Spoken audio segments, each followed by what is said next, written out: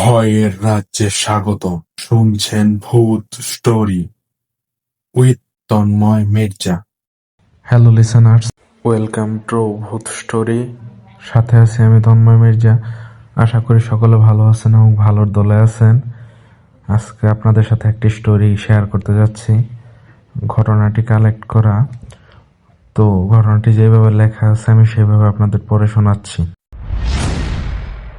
ঘটনাটা 2018 সালে পাবনার ঈশ্বরদী এলাকার একটি গ্রামের। আমাদের গ্রামের ছেলেটার নাম ছিল রফিক। বয়স তখন 22। শুরুটা কেউ ভয় পায়নি, সবাই বলেছিল হয়তো বাতাস লাগছে। রফিক প্রথমে শুধু রাতে ঘুমাতে পারতো না। সে বলেছিল ঘরে কেউ হাঁটে, কিন্তু কেউ পাত্তা দেয়নি। এক সপ্তাহ পর রফিক রাতে উঠে পুকুরের দিকে হাঁটতে শুরু করে। চোখ খোলা, কিন্তু কাউকে সে চেনে না। এক রাতে তার মা তাকে ধরে ফেলে। মা জিজ্ঞেস করে, কই যাস? রফিক একটা গলায় বলে, এইটা আমার জায়গা না। এই গলাটা রফিকের ছিল না। পরদিন থেকে রফিক আর আয়নায় তাকাতো না, কারণ ও বলেছিল এখানে আমি একা না। এরপর শুরু হয় জ্বালাতন। মসজিদে আজান দিলে সে হাসে, কোরআন খুললে বই ছুঁড়ে ফেলে, নামাজের সময় হঠাৎ সে অজ্ঞান হয়ে যায়, রাতে ঘুমালে বুকের উপর ভার অনুভব করে। রফিক চিৎকার করে বলে, ও বসে আছে। গ্রামের সবাই তখন একটা কথাই বলল, জিনে ধরেছে। তারপর কোনো সমাধান না খুঁজে তাকে কবিরাজের কাছে নেওয়া হলো। গ্রামের পাশে বাজারের কবিরাজ, তার নাম হলো হাশেম কবিরাজ। লোকটা খুবই আত্মবিশ্বাসী ছিল এবং তার দ্বারা লোকজন অনেক উপকার পেয়েছে। তার কাছে নিয়ে গেলে সে বলেছিল, ছোট জিন 2 ঝাড়েই চলে যাবে। ঝাড় শুরু হতেই রফিক হেসে উঠল। হাসিটা মানুষের না। রফিক বলে, তুই আমার নাম জানিস না। হাশেম কবিরাজ হঠাৎ থেমে যায়। হঠাৎ ঘরের লাইট নিভে যায় আর সবাই একটা বিকট ধরনের শব্দ শুনতে পায়। হঠাৎ করে সবাই দেখে যে হাশেম কবিরাজ মেঝেতে পড়ে গেছে, মুখ দিয়ে রক্ত ঝরছে। সেদিনের পর আর হাশেম কবিরাজ ঝাড় দেননি। এরপর থেকে রফিক নিজে নিজে কথা বলে। কখনো বলে আমি আগুন থেকে, কখনো বলে ওকে আমরা ছাড়বো না। সবচেয়ে ভয়ঙ্কর কথা রফিক বলেছিল, তোমরা যত কবিরাজ জানো আমি তত খাবো, সব ধ্বংস করে দেব। ঠিক তখনই গ্রামের মুরব্বীরা সিদ্ধান্ত নেয় বাইরে থেকে কবিরাজ আনতে হবে। কিন্তু তারা জানতো না যে এরপর কি ঘটনা অপেক্ষা করছিল। হাশেম কবিরাজ আক্রান্ত হওয়ার পর গ্রামে আর কেউ সহজে রফিকের ঘরে ঢুকতো না। রফিক তখন আর আগের মতো ছিল না। চোখ লাল, কথা বললে জিহ্বা কাঁপে, গলা কখনো তো মোটা, কখনো চিকন, কখনো মেয়েলি কণ্ঠে কথা বলে। সবচেয়ে ভয়ঙ্কর বিষয় হচ্ছে, ও আর মানুষকে চিনে ডাকতো না। এক রাতে রফিক নিজে থেকে বাঁশের খুঁটির সাথে ধাক্কা মারতে শুরু করে। 4-5 জন লোক মিলেও তাকে ধরে রাখতে পারছিল না। এমন শক্তি একটা মানুষের হতে পারে না। সবাই খুব ভয় পেয়েছিল, বিশেষ করে তার মা বাবা খুবই তাকে নিয়ে দুশ্চিন্তাগ্রস্ত ছিল। রাতের পর রাত যায়, কিন্তু তার মা বাবার চোখে ঘুম আসে না। এরপর সবাই মিলে সিদ্ধান্ত নেয় আবার নতুন কোনো কবিরাজের কাছে নিয়ে যাবে, কিংবা কবিরাজকে গ্রামে নিয়ে আসবে। এবার গ্রাম থেকে লোক পাঠানো হয় পাশের জেলার একটি নামকরা কবিরাজের কাছে। কবিরাজের নাম কবিরাজ আব্দুল করিম। লোকটা শহরে বসে, অনেক বড় বড় ঘটনা নাকি সে সামলিয়েছে। তারপর তাকে নিয়ে আসা হয়। সে প্রথমে একটা কাজ করে, ঘরের চারপাশে দাগ কেটে দেয়, দরজার সামনে সামান্য লবণ ছিটিয়ে দেয় এবং মাথার উপর আয়াত লেখা কাগজ ঝুলিয়ে দেয়। রফিক তখন চুপচাপ, খুব বেশি চুপ। কবিরাজ বলল, চুপ থাকা ভালো লক্ষণ না। ঝাড় শুরু হতেই রফিক মাথা উঁচু করে তাকায় এবং হেসে বলে, তুই শহরের, তাই না? কবিরাজ থমকে যায়। রফিক আবার বলে, তোর ঘরে 2টা মেয়ে আছে, একটা জ্বরে পড়েছিল গত মাসে, তাই না? এই কথা শুনে কবিরাজের হাত পা কাঁপতে শুরু করে, কারণ এই তথ্য গ্রামের কেউ জানতো না এবং কবিরাজের ফ্যামিলি ছাড়া বাইরের কাউকে তারা শেয়ার করেনি। এরপর কবিরাজ ভয় পেয়ে যায় এবং জিনের পরিচয় জিজ্ঞাসা করে। কবিরাজ শক্ত গলায় বলে, তুই কে? রফিকের মুখ দিয়ে উত্তর আসে, আমি একা না, আমরা অনেকেই। ঘরের বাতাস হঠাৎ ঠান্ডা হয়ে যায়, চারদিকে থাকা আলোগুলো সবই নিভে যায়। হঠাৎ করে মোমবাতিতে জ্বালানো আগুনটা দপ দপ করে নিভে যায়। রফিক বলে, আমরা আগুনের জাত, এই শরীর আমাদের পছন্দ, তুই চলে যা, এখানে বৃথা চেষ্টা করিস না, এতে করে তুই তোর নিজের বিপদও ডেকে আনবি। কবিরাজ আয়াত পড়তে শুরু করে। ঠিক তখনই রফিকের নখ লম্বা হয়ে যায়। নখ দিয়ে সে মাটি আশ্চর কাটে আর বলে, তুই বেশি পড়লে তোর জিহ্বা বন্ধ হয়ে যাবে। হঠাৎ কবিরাজের মুখ থেকে কোনো শব্দ বের হয় না। সে হাত দিয়ে নিজের গলা নিজে চেপে ধরে। তার চোখ উল্টে যায়। লোকজন দৌড়ে আসে, কেউ একজন আয়াত পড়ে, কেউ কোরআন তেলাওয়াত শুরু করে। কিছুক্ষণ পর কবিরাজের নিস্তেজ দেহ মাটিতে পড়ে যায়। জ্ঞান ফেরার পর সে শুধু একটা কথাই বলে, এটা রাজা টাইপের কোনো জিন, আমি পারবো না, এটা আমার দ্বারা সম্ভব না, আপনার আমাকে ছেড়ে দিন, আমি চলে যাচ্ছি। সেই রাতে কবিরাজ করিম গ্রাম ছাড়ে। এরপর থেকে রফিক আর বাধা মানে না। রাতে ঘরের চাল থেকে শব্দ আসে, কখনো পায়ের শব্দ, কখনো হাসি, কখনো প্রচন্ড জোরে বাতাস বইতে থাকে। কখনো কখনো এমন মনে হয় যে চালের উপর কেউ দৌড়াদৌড়ি করছে, কিংবা কেউ ধস্তাধস্তি শব্দ করছে, আর নিচ থেকে মনে হয় এই বুঝি চালটা ভেঙে পড়ে গেল। কিন্তু তৎক্ষণাৎ যখন বাইরে বের হয় কেউ উপরের দিকে লাইট ধরে, তখন কোনো পরিবর্তন লক্ষ্য করে না। তখন দেখে যা যেমন ছিল সব ঠিক তেমনই আছে। তো হঠাৎ করে এক সময় রফিক বলে ফেলে, ওরা আসতেছে। সবচেয়ে ভয়ঙ্কর ঘটনা ঘটে পরের শুক্রবার। জুমার নামাজের সময় রফিক মসজিদের সামনে চিৎকার করে, ওই জায়গা আমাদের না। তার এই কণ্ঠ শুনে লোকজন ভয় পেয়ে যায়। ইমাম সাহেব বলেন, এইটা অনেক খারাপ লক্ষণ।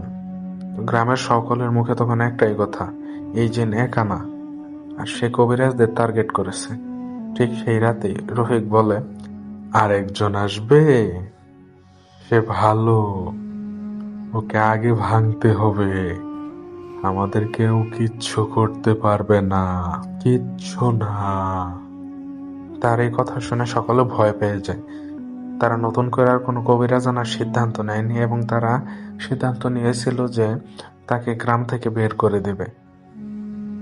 এটাই তাদের একমাত্র সিদ্ধান্ত ছিল। তো তার বাবা অনেক আকুতি মিনতি করে তাদেরকে রাজি করায় যে শেষ চেষ্টা করে দেখতে, তারা শেষ চেষ্টা করবে। এরপর তার বাবা সিদ্ধান্ত নেয় যে বাইরে থেকে আরো বড় কোনো কবিরাজ আনবে। দ্বিতীয় কবিরাজ চলে যাওয়ার পর রফিকের অবস্থা আরো খারাপ হয়ে গেল। এখন আর শুধু রাতে না, দিনে লোকজনের সামনে হঠাৎ হঠাৎ রফিক থেমে গিয়ে হাসে আর বলে, ওই যে দাঁড়িয়ে আছে। কিন্তু কেউ কিছু দেখতে পায় না। সবচেয়ে ভয়ঙ্কর ব্যাপারটা ঘটে 3 দিন পর। রফিক হঠাৎ বলে, আমাকে মরতে হবে। মা চিৎকার করে ওঠে, কি বলছিস? রফিক ঠান্ডা গলায় বলে, নইলে ওরা মারবে।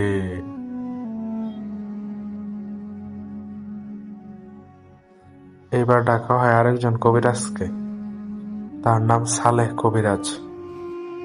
লোকটা খুব বেশি জার দেয় না, তাবিজ কম, কথা কম। সে রফিকের বাড়িতে আসে রফিককে দেখার জন্য। রফিককে দেখে সে একদম অন্য কথা বলে, এই ছেলেটাকে আগে মারধর করা হয়েছে। সবাই অবাক। মা বলে, না না, কখনোই না। কবিরাজ মেঝেতে বসে চোখ বন্ধ করে বলে, মিথ্যা বলবেন না, ওর শরীর না, ওটা আত্মার ভাঙা। মিথ্যা বলবেন না, ওর শরীর না, ওর আত্মাটা ভাঙা। এই কথাটা শোনার পর রফিক হঠাৎ কাঁদতে শুরু করে। এই প্রথম ও কাঁদল। ওরা তখনই আসে, কেউ বুঝতে পারে না। কবিরাজ জিজ্ঞেস করে, কারা? রফিক ফিস ফিস করে বলে, যখন আমি একা ছিলাম, ঘরের ভেতরে একদম নীরবতা, ঠিক তখনই তারা এসেছিল। সালে কবিরাজ বলে, সব জিন দখল নিতে আসে না, কিছু আসে ফাঁকা জায়গা দখল করতে। সবাই চুপ। সে আবার বলে, এই ছেলেটা ছোটবেলায় একটা বড় ট্রমার ভেতর দিয়ে গেছে। মা হঠাৎ চুপ করে যায়। অনেকক্ষণ পর বলে, ওর দাদা মারা যাওয়ার পর এক রাতে। কথা শেষ করতে পারে না। রফিক তখন কাঁপতে কাঁপতে বলে, আমি কাউকে বলিনি। সবাই তাকায়। রফিক বলে, ওই রাতে ঘরের দরজা খোলা ছিল আর আমি চুপ করেছিলাম। এ কথা বলার পর রফিক হঠাৎ গলা মোটা করে বলে, এই কারণে আমরা ঢুকতে পেরেছি। কণ্ঠটা বদলে গেছে। জিন কথা বলছে। সালে কবিরাজ শক্ত হয়ে বসে থাকে। তুই জিন, কিন্তু তুই রাজা না। এ কথা শোনার সাথে সাথে ঘরের মাটিতে ফাটল ধরে। পাশে থাকা সকলে খুবই ভয় পেয়ে যায়। সালে কবিরাজ হঠাৎ বুক চেপে ধরে, মুখ সাদা হয়ে যায়, সে পড়ে যায়। ডাক্তার ডাকা হয়। ডাক্তার বলে হার্টে সমস্যা, কিন্তু খোঁজ নিয়ে দেখা যায় তার আগে কোনো ধরনের সমস্যা ছিল না, এবং হার্টে তো দূরের কথা, তার কোনো ধরনের রোগ বালাই ছিল না কখনোই। অবশেষে সেই কবিরাজ মারাই যায়। রফিকের অবস্থা আগের চেয়ে আরো খারাপ হতে থাকে। তার চোখ লাল, গলা শুকনো, শরীর কাঁপছে, হঠাৎ চিৎকার করে ওঠে। এবার গ্রামে ডাকা হলো সবচেয়ে বড় কবিরাজকে। কবিরাজের নাম মাওলানা রফিকুল। লোকটা অনেক অভিজ্ঞ, কিন্তু ওর আগে আসা কবিরাজরা আক্রমণের শিকার হয়েছে, তাই গ্রামের সবাই ভয়ে ছিল। এরপর মাওলানা আসে, হাতে পুরনো তাবিজ, হাতে কোরআন আর এক বোতলে করে রাখা পানি। রফিককে ঝাড় দেওয়া শুরু হয়। মাওলানা রফিকের পাশে বসে বলে, আমি শুধু দেখব, জিনকে ভয় দেখাবো, নইলে কেউ বাঁচবে না। রফিক চিৎকার করে বলে, ওরা বেশি শক্ত, তুই ওদের খেতে পারবি না। ঝাড় শুরু করার সাথে সাথে ঘরের বাতি নিভে যায়। ভয়ঙ্কর ঠান্ডা বাতাস, কানে ফিস ফিস শব্দ আসে। মাওলানা জানে এই জিন খুব বোকা নয়, খুবই শক্তিশালী। হঠাৎ করে ঘরের একটি কোণ ভেঙে পড়ে। মাওলানা নিজে ধাক্কা খায়। দরজা নিজে নিজে বন্ধ হয়ে যায়, আবার একাই খুলে যায়। রফিক কেঁপে ওঠে। বাইরে ভাঙচুরের মতো একটা শব্দ হয়। প্রচন্ড বেগে বাইরের দিক থেকে বাতাস ঘরের ভেতর হয়ে বাইরের দিকে আবার বয়ে যায়। এরপর এক মুহূর্তের মধ্যে গ্রামের এক বৃদ্ধ সাহায্য করতে এসে জিনের আক্রমণের শিকার হয় এবং সে সাথে সাথে মারা যায়। তার রক্ত মাটির সাথে মিশে যায়, মাটির রং লাল হয়ে যায়। রফিক চিৎকার করে বলে, ওরা আমার পেছনে লেগেছে। মাওলানা ঠিক বুঝতে পারে জিন রফিককে পুরো নিয়ন্ত্রণ করতে চাচ্ছে। মাওলানা 3 দিন ধরে কঠিন নিয়ম মেনে কাজ করে। রাত জেগে আয়াত পড়া, পানি দিয়ে তাবিজ স্পর্শ করা, রফিককে কেন্দ্র করে 3 বার ঘুরিয়ে দেওয়া, একবার পেছনে না তাকানো। রফিকের শরীর কাঁপছে। মাওলানা প্রায় নিজের প্রাণ বিলিয়ে দিচ্ছে। ঘরের ভেতরে এক মুহূর্ত রফিক বলে, ওরা এখন কেউ নেই, কিন্তু আমি ভয় পাচ্ছি। মাওলানা বলল, শান্ত থাকো, ওর নিজের সাথে নিজেকে যুদ্ধ করতে হবে, তা না হলে এই যুদ্ধে জেতা সম্ভব না। রফিকের শরীরের ভেতরে এখন একদম নতুন শক্তি কাজ করছে। মাওলানা রফিকের পাশে বসে শেষ তাবিজ স্পর্শ করে, কোরআনের উচ্চ আয়াত পড়ছে, পানি ছিটিয়ে দিচ্ছে, ঘরের বাতি নিভু নিভু করে জ্বলছে। এক মুহূর্তে রফিকের চোখ লাল থেকে স্বাভাবিক রঙে চলে আসে।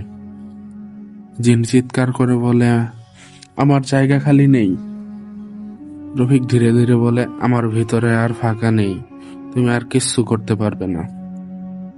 মাওলানা তার শেষ শক্তি দিয়ে তাবিজ স্পর্শ করে। অল্প সময়ের মধ্যে ঘরের বাতি উজ্জ্বল হয়, বাতাসের ঠান্ডা ভাব চলে যায়, জিনের কণ্ঠ ফিস ফিস থেকে ধোয়ার মতো মিলিয়ে যায়, সবকিছু স্বাভাবিক হয়ে যায়। এরপর মাওলানা নিশ্চিত করে বলে যে রফিক প্রাণে বেঁচে গেছে, কিন্তু প্রাণে বাঁচলেও রাতের দিকে এখনো ছায়া পড়ে। হঠাৎ বাতাস হালকা কেঁপে ওঠে, হঠাৎ করে ঠান্ডা বাতাস বইতে শুরু করে। গ্রামের কিছু মানুষ জানে রফিকের ভেতরে জিনের ছোট্ট একটা অংশ এখন আটকা রয়েছে। মাওলানা ধীরে বলে, আমি পুরো জিন বের করতে পারিনি, কিন্তু রফিক বাঁচবে, কিছু শক্তি তার সঙ্গে থাকবে।